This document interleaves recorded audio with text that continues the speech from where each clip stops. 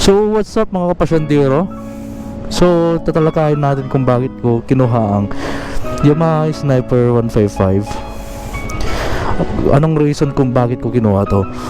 So unang-una, sumubok muna ako bago ako kumuha.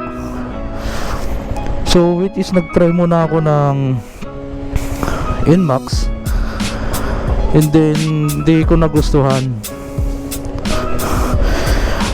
So it's maganda naman yung Inmax, hindi naman sa paninira or sa mga naka-Inmaxan, ang for my experience lang. So hindi ko siya trip. It is malakas, lalo sa arangkada, pero hindi ko masyadong nagustuhan kasi medyo malaki yun. So pangalawa kong sinubukan is Aerox, which is ang Aerox maganda. Kung i-rate ko ang Aerox 1 of 2 10 9, it is 9 9 kung tutuusin, pero hindi ko siya trip. And then sumubok ulit ako ng Rider. Talagang may power, ang lakas, sobra lakas ng power ng Rider. Wala akong masasabi sa power ng Rider, talagang malakas.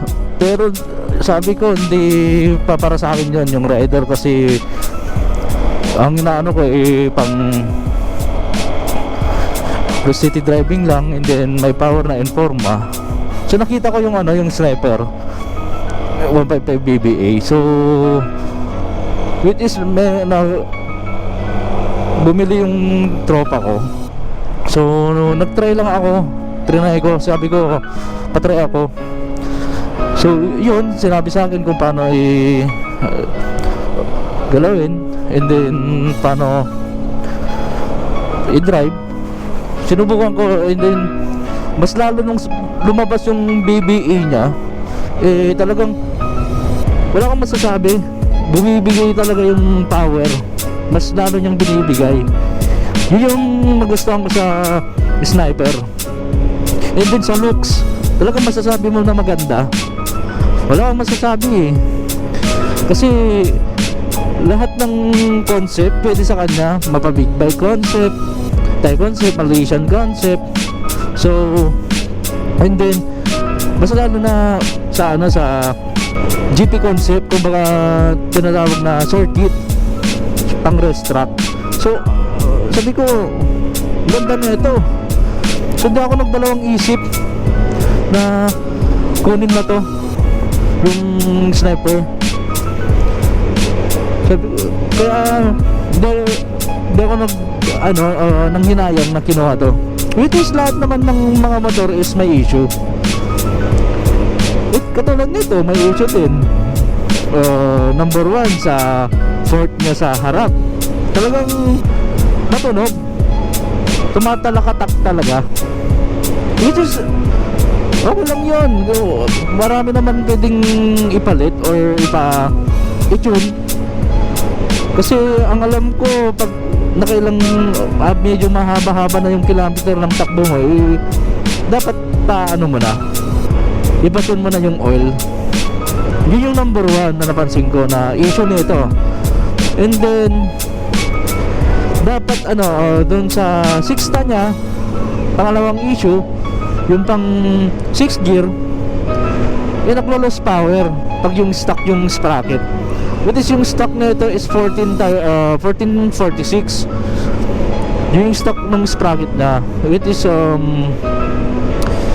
doon sa pang niya, pag pinapasok ka na yung 6 gear, humihina. So talagang bigay mo pa yung throttle mo, habaan mo talaga para hindi siya parang hihina. Sa pakiramdam yun, which is katulad ko may kabigatan. Ganun din yun, talagang baka hindi kaya, which is mga 86 kilos ako. may kabigatan talaga ako. So nagpalit ako ng 1448 na sprocket. So yun, nakita ko yung pagbago ng takbo nito yung sniper. Sa arangkada, akyatan, which is mas lalo pag may backride ka, makikita mo talaga yung different ng takbo niya. Mas okay sa akin para yung para sa akin mas okay yung 1448 na sprocket set. Kaya yun yung isang issue para sa akin. And then yung ibang issue niya, wala na akong maano eh. Halos lahat na nandun eh. Gusto, sabi ko, ayos to which is, madami na rin akong hawakan na ibang motor. Pero talagang nakikita ko kita ko pa lang noon, which is 2023 model to. Ngayon may 2024 model na, may cyan blue, yung matte blue na with ABS. Yun yung mga bago ngayon. Pero ito 2023 model, which is 2023 ko din nabili. Ito yung bago pa lang noon ko binili. So hindi ako nagsisisi na kinuha ko tong unit na to, kasi wala akong masasabi. Yun yung the best na nakuha ko. Which is, bakit sabi nila, bakit hindi ka na lang mag-Matic, mag-NMAX o Aerox? Hindi sinasabi ng puso ko eh.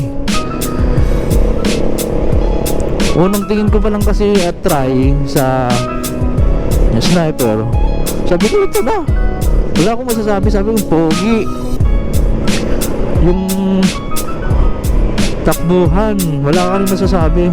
Kasi hindi naman ako nakikipag-racing tulad ng iba na gusto racing gano'n. Which is ako hindi. Ang gusto ko lang pang rides, and then yung may bilis, and then may pwede sa pangbankingan. Kasi ako mahilig ako sa bangkingan. Yun yung ano ko. So ayun, kung bakit ko ginawa tong Sniper 155. Salamat mga kapasandero, and ride safe.